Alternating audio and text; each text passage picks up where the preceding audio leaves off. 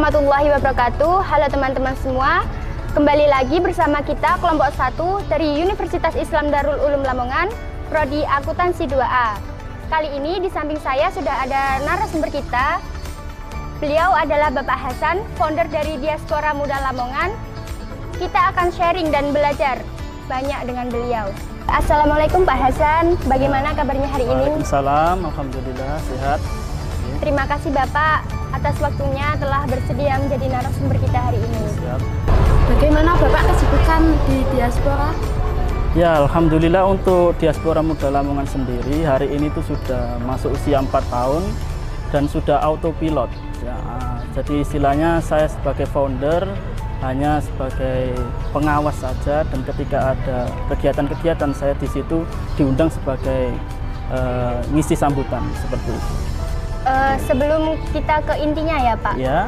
Kita ingin tahu diaspora itu apa? Oke, jadi kalau jenengan tahu arti atau akar katanya, diaspora itu dari bahasa Yunani, di mana artinya adalah perantauan. Ya, dari kata diaspora artinya perantauan, dan kita dulu itu menghimpun anak-anak muda Lamongan yang di tanah rantau. Jadi kita himpun sebagai satu wadah bernama Diaspora Muda Lamongan. Gitu. Dan awalnya tahun 2018 kita hanya berfokus teman-teman yang ada di luar negeri. Pada saat itu saya masih stay di Bangkok dan mengabari kawan saya yang ada di Turki. Kita menghimpun sebagai upaya memberikan wadah bagi teman-teman yang ada di luar Lamongan, khususnya di luar negeri. Dan kita tidak hanya fokus pada pelajar atau mahasiswa saja, tapi sebagai orang-orang yang bekerja secara profesional juga kita wadahi seperti itu. Okay. Ya. Boleh diceritakan Pak sejarah awal mula diaspora bisa berdiri di Lamongan? Oke, jadi sebelum saya mendirikan Diaspora Muda Lamongan, saya juga aktif di Fornas Mala. Kalau pernah dengar Fornas Mala itu Forum Nasional Mahasiswa Lamongan. Jadi teman-teman mahasiswa perantauan yang ada di Indonesia. Itu Fornas Mala pada saat itu Haji Ilham Zubairi, kawan saya juga, itu menjadi ketua. Dan di situ saya ada beberapa masukan yang belum terhimpun, di mana masukan-masukan dari teman-teman muda yang profesional, dalam artian ini bukan pelajar atau mahasiswa, itu juga bagus untuk ditampung. Sehingga kami mendirikan Diaspora Muda Lamongan, di mana Lamongan itu sangat banyak sekali perantauan, khususnya di Malaysia ya. Jadi Malaysia itu seusia kita atau di bawah saya sendiri itu banyak sekali di sana. Dan sehingga wadah yang bernama Diaspora Muda Lamongan ini cukup dijadikan aspirasi atau media, bahasanya itu kita kembali mengabdi dan berkontribusi untuk Kabupaten Lamongan seperti itu. Ya. Terus untuk menjadi bagian dari anggota diaspora sendiri Pak, apakah ada syarat atau apa? Oke, untuk saat ini karena usia sudah masuk ke tahun keempat dan pada tanggal 23 Juni nanti itu ulang tahun ya. Jadi Diaspora Muda Lamongan ulta tahun keempat. Dan biasanya selesai ulang tahun itu masa kepengurusan selesai dan ada oprek namanya atau open recruitment, dan di situ selagi usianya di atas 17 sampai 45 tahun itu boleh bergabung. Dan kita sebagai informasi saja bahwa Diaspora Muda Lamongan juga mengalami dui fungsi sekarang ini. Jadi di tahun ketiga Diaspora Muda Lamongan itu hasil ADART terbaru, kita berubah nama menjadi Diasda. Meskipun teman-teman masih nyebutnya Diaspora Muda Lamongan, tapi sekarang ini melebar atau ekspansi menjadi Diasda, di mana artinya adalah media aspirasi pemuda, sehingga tidak hanya perantauan saja, pemuda-pemuda yang di dalam negeri atau di Lamongan sendiri yang sudah pulang atau stay di Lamongan boleh bergabung, entah itu menjadi pengurus maupun ikut kegiatan-kegiatan kami. Jadi sudah melebar menjadi istilahnya media aspirasi pemuda Lamongan, atau kita kenal dengan Diasda Lamongan seperti. Setelah dinyatakan lulus seleksi, apakah masih ada tahap ujian selanjutnya untuk menjadi anggota Diaspora Lamongan? Oke, jadi sistem di Diaspora Muda Lamongan atau Diasda Lamongan itu ketika melalui masa oprek itu pendaftaran secara administratif ya. Jadi biodata ngisi secara online, kemudian kalau kita screening dan sudah dinyatakan pada tahap wawancara, itu nanti akan ditanyai secara bergelombang atau kelompok, karena tugas interviewernya nanti ada yang dari founder itu sendiri, di mana ini saya sama teman saya Abdul Jalil. Terus yang kedua dari, kita nyebutnya Watimbak, Dewan Pertimbangan Lembaga. Jadi setiap pengurus itu punya Watimbak. Watimbak itu adalah mantan pengurus inti yang nantinya akan menyeleksi pengurus baru. Dan di situ biasanya karena hanya ada 6 divisi, dan biasanya masing-masing divisi itu terdiri dari 5 orang atau sampai 7 orang, itu sifatnya dikasih project. Ya, dikasih project, nanti ada istilah EPT. EPT itu evaluasi paruh tahun. Setelah sudah 6 bulan, apakah pengurus ini layak dilanjutkan? Kalau nggak lanjut atau ada evaluasi dalam tanda kutip negatif atau kurang aktif, nanti kita lakukan seleksi ulang. Jadi di Diaspora Muda Lamongan itu beda. Kita melakukan oprek 2 kali. Di awal setelah pengurusan selesai, sama EPT selesai evaluasi paruh tahun. Jadi sistemnya itu ada pengurus baru yang sudah jalan melanjutkan sama yang merintis gitu. Jadi sifatnya kita itu semacam ada edukasi juga. Misal divisi Ristek, di situ kan riset dan kelembagaan. Bagaimana meriset jumlah kemiskinan di Lamongan. Kalau itu sukses, berarti bisa dilanjut menggunakan program. Tapi kalau belum berhasil, biasanya dilakukan EPT untuk merekrut SDM-SDM baru seperti itu. Dan itu berlaku juga di semua divisi. Ya, jadi ada WMM, Wirausaha Muda Mandiri, ada Infocom, ya, informasi dan komunikasi yang membranding Lamongan. Termasuk kita juga kemarin terlibat dalam konsep Make Hub sama pembentukan logo Lamongan Megilan. Kita juga berkontribusi membantu memberikan aspirasi di situ. Dan beberapa divisi seperti PSDM, ada kegiatan diaspora mengajar, diaspora mengabdi. Sekarang itu sudah ada sekitar 5 lembaga yang kita dampingi. Jadi sekolah-sekolah yang terperosok kemudian butuh guru baru atau istilahnya secara peralatan atau perabotan kurang, kita bantu di situ. Kalau di Soslinmas ada program Lamongan Pengertian Sampah, jadi membantu mengkampanyekan bagaimana kita harus menjaga lingkungan dan dinyatakan dalam program-program. Dan juga ada 1 juta cinta untuk lansia. Banyak di Lamongan ini, dan ini alhamdulillah juga diapresiasi oleh Pak Bupati, juga dibantu secara finansial juga untuk kegiatan 1 juta cinta untuk lansia. Jadi banyak lansia di Lamongan itu perlu bantuan, tidak hanya segi makanan pokok saja, tapi pendampingan secara psikologi dan semacamnya. Karena tidak hanya lansia dalam kondisi keluarga, tapi memang dia tinggal sendiri di rumah, itu banyak sekali. Di wilayah Karanggeneng saja kita punya dampingan sekitar, ada kemarin terakhir itu 17 titik. Dan itu kemarin juga kerjasama dengan beberapa dinas. Jadi sistemnya kita itu kolaborasi.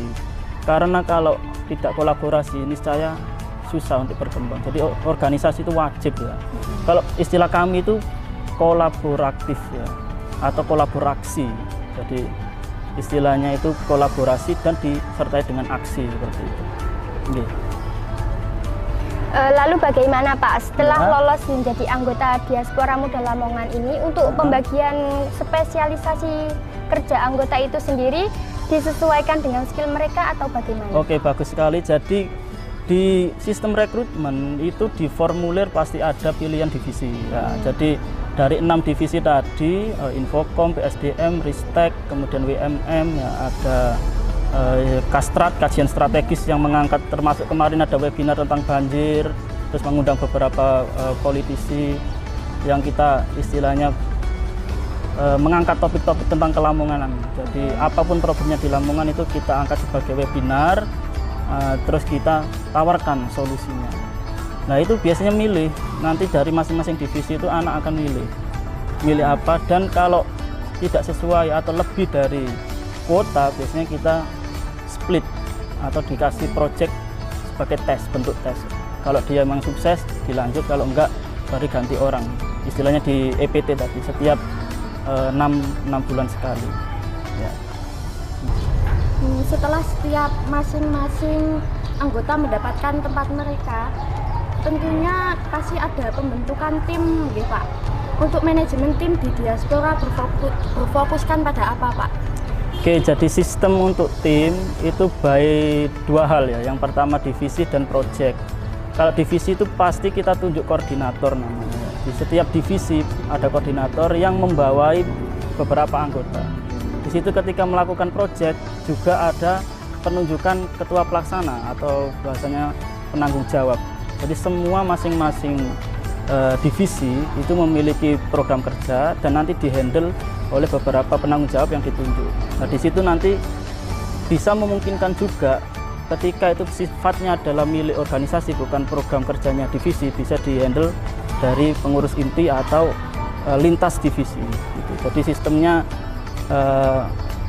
apa bahasanya itu manajemen pengelolaan prokernya itu sudah dibentuk ketika rapat kerja. Jadi kita setelah pengurusan ada rapat kerja, di situ akan ada pembagian nantinya. Ya.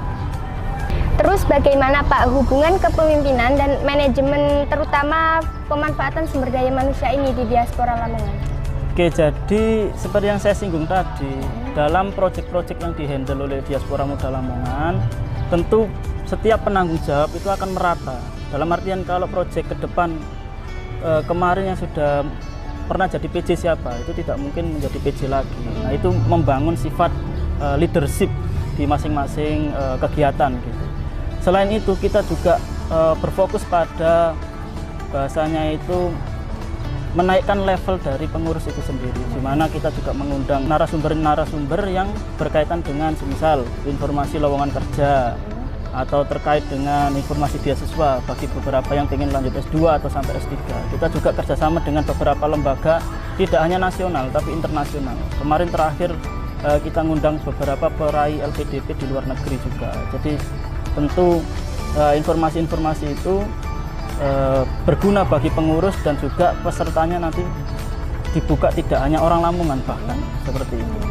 Dan semuanya free, itu yang penting juga. Gratis gitu? Ya, gratis. Untuk pelayanan publik atau pelayanan umum, diaspora itu menjembatani masyarakat itu seperti apa ya Pak? Oke, jadi di Diaspora Muda Lamongan untuk program-program kerjanya itu pasti difokuskan sesuai visi ya. Karena visi kita tadi kembali mengabdi dan berkontribusi. Jadi untuk pelayanan publik atau sosial masyarakat itu tentu kita menjadi didikan utama. Contoh tadi dari data yang sudah dihimpun oleh divisi Ristek atau riset dan kelembagaan, kemudian nanti dikasihkan ke divisi Soslinmas untuk dinyatakan sebuah program. Contohnya tadi 1 juta cinta untuk lansia. Kita menghimpun suatu fundraising atau penggalangan dana lewat kitabisa.com dan kita juga akunnya sudah verified karena sudah memiliki sertifikat dari Kemenkumham. Jadi organisasi Diaspora Muda Lamongan itu sudah legal secara hukum. Sehingga di situ kita membantu di sisi sosial. Kemudian dari pelayanan publik yang lain, contoh problem yang setiap tahun ada di Lamongan adalah banjir ya di wilayah Bengawan Jero. Kemarin kita selain penggalangan dana juga mengundang narasumber pakar lingkungan. Salah satunya adalah Prof. Suparto Wijoyo, itu orang Lamongan, menjadi dosen di UNER dan beliau itu secara kapasiti adalah tentang lingkungan. Nah, beliau kita undang untuk menyelesaikan problem itu. Kemudian kita tawarkan kepada Pemkab. Nah, selain itu juga contoh di WMM Wirausaha Muda Mandiri. Di Lamongan itu banyak orang-orang sukses di bidang kewirausahaan. Ya, kita datangkan untuk mengajari atau memberikan binaan kepada teman-teman pengurus bahkan pemuda-pemuda di Lamongan, sehingga ketika sudah mendapatkan ilmu itu diterapkan di masing-masing pelaku usaha. Bahkan beberapa pengurus Diaspora Muda Lamongan kemarin itu mendaftar di acara Makepreneur. Kalau pernah dengar Makepreneur itu Megilan Entrepreneur. Bahkan saya sendiri selaku founder itu juga ikut mendaftarkan diri dan alhamdulillah saya lolos di 25 besar.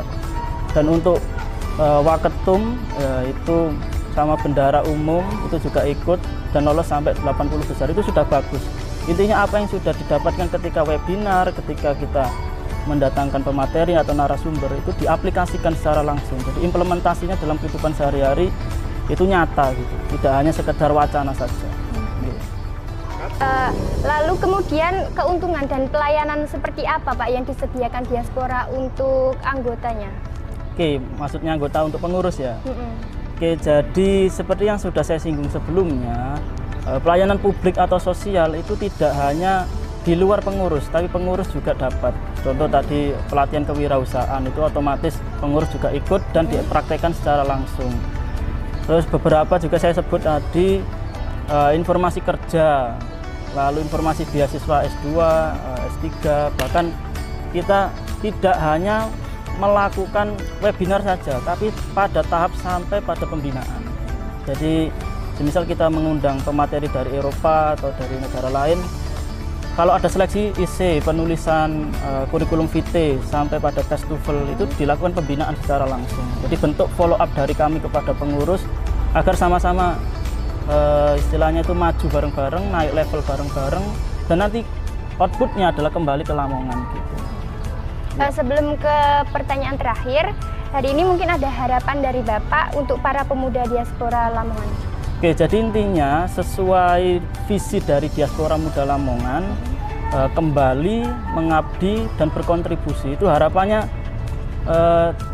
istilahnya menjadi tolok ukur di mana pemuda Lamongan itu sangat banyak sekali di tanah rantau. Ketika mendengar visi dari Diaspora Muda Lamongan 3 tadi, itu menjadi pemicu semangat, pemicu semangat bahwa apa yang sudah didapatkan di luar Lamongan itu dikontribusikan. Dan kita juga sudah pernah nulis 4 buku ya sejauh ini, bahkan mau 5 sekarang sudah mau konsep seleksi penulisan. Di 4 buku itu ada judul yang paling bagus yang masih saya ingat adalah Pulang atau Mengabdi dari Jauh. Jadi konsepnya ada beberapa pemuda Lamongan di luar sana itu sudah sukses dan memang tidak mau kembali. Tapi boleh kontribusi itu tidak harus hadir. Jadi bisa dapat dikatakan misal secara finansial atau secara ilmu ketika diundang menjadi narasumber, seketika itu juga bagian dari kontribusi semacam itu. Okay. Baik Pak, terima kasih karena sudah menyempatkan waktu dan siap. Terima kasih atas ilmunya. Ya, sama-sama. Kelompok 1 mengucapkan banyak terima kasih kepada Bapak Hasan. Oke.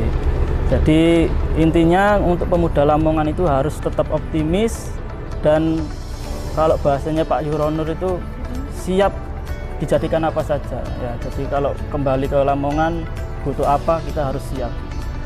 Ya, terima kasih. Baik, terima kasih teman-teman semuanya. Itulah bincang-bincang kita hari ini bersama Bapak narasumber kita, Bapak Hasan. Saya dari kelompok 1 mewakili semua teman-teman saya, tim dan kerja kelompok, mohon maaf dan undur diri bila ada salah kata. Wassalamualaikum warahmatullahi wabarakatuh. Waalaikumsalam.